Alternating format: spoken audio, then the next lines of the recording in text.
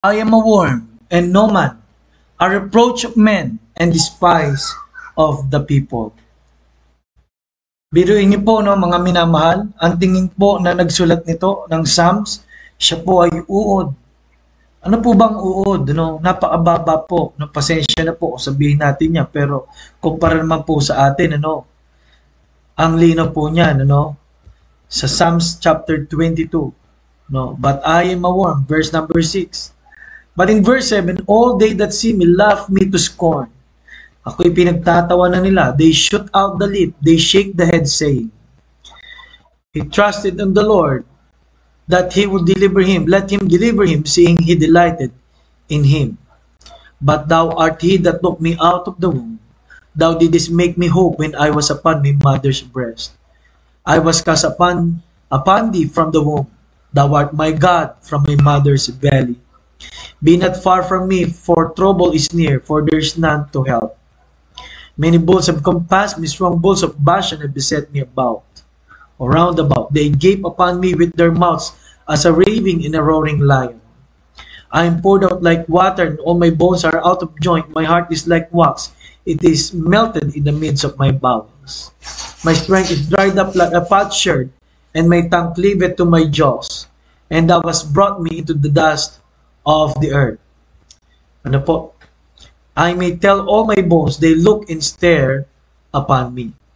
Mga kapatid, mga minamahal, our lesson this morning or this day, this afternoon, ay tungkol po sa is life worth living? Ano po? Is life worth living? Ano po?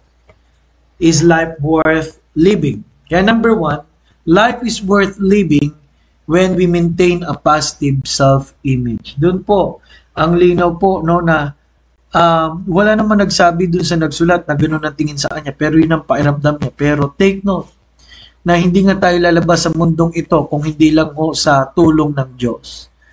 Amen? Kaya po, napakahalaga po, ang lesson po doon, kung anong tingin mo sa sarili mo, kung kahabag-habag, ay yun nga ang mangyayari. Pero ang tingin ng Diyos ay iba. May plano siya, Jeremiah 29:11. Anak tayo ng Diyos. Ano po? At ang Diyos po ay laging nag-a-aspire na mabuti para sa kanyang anak hanggang sa huling wakas. Ano po? Hanggang sa biyaya at biyaya ng buhay. Kaya ano po ba mga iniisip natin na magiging positive tayo? Ang mga salita niya o ang mga sinasabi ng mga tao? Ano po? Ang tao po, hanggang tayo titingin sa sinasabi ng tao, wala akong mangyayari sa atin. Tumingin tayo sa sinasabi ng Diyos. I am crucified with Christ, nevertheless I live. Yet not I, but Christ liveth in me.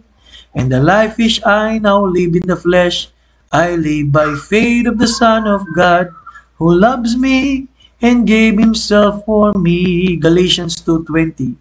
Tandaan nyo, may nagmahal po sa inyo at ang buhay nyo ngayon ay iba na. Ano po, bagamat hindi maiwasan mga problema, pero salamat po, marami ang bagay at plano ng Diyos at pwede tayong iligtas ng Panginoon. At kung tayo iniligtas sa impyerno, ay how much more pa sa ibang pagkaligtas pa ng Panginoon sa ating buhay. Problema, mga bagay na pagsubok, ano po, life is worth living when we reach out to other people. Ang mahalaga po, mayroong fellowship. That's why in Ephesians chapter 5, tayo po ay nang naligtas, tayo po ay ginawang bahagi ng kanyang eklesiya. Now, pag sinabi po eklesiya, hindi po to building, kundi mga taong nagsama-sama-sama para sa layunin po ng Panginoon. Ano po? At ang linaw po doon, na para iharap tayo without spot and blemish sa Ephesians 5:27. Ibig sabihin, may mga taong dapat nag-iingatan.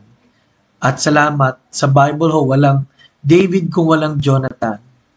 Wala pong Silas kung walang Pablo. Walang Paul kung walang Barnabas. Life is worth living when we reach out to other people. Life is worth living when we seek God's guidance. Napakahalaga po, no? Kung si Pedro man po, kumpara kay Judas, si Judas nagpakamatay.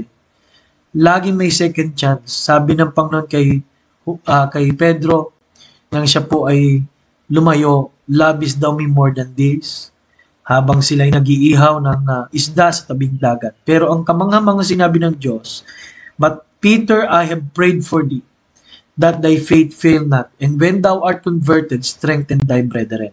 Inaasahan siya ng Diyos. At alam ng Panginoon na may kahinaan tayo, pero pinagpe-pray tayo ng Panginoon. Kaya mga minamahal, napahalaga po na ating pong maintindihan, life is worth living. When we maintain a positive self-image, life is worth living when we reach out to other people, and life is worth living when we seek God's guidance.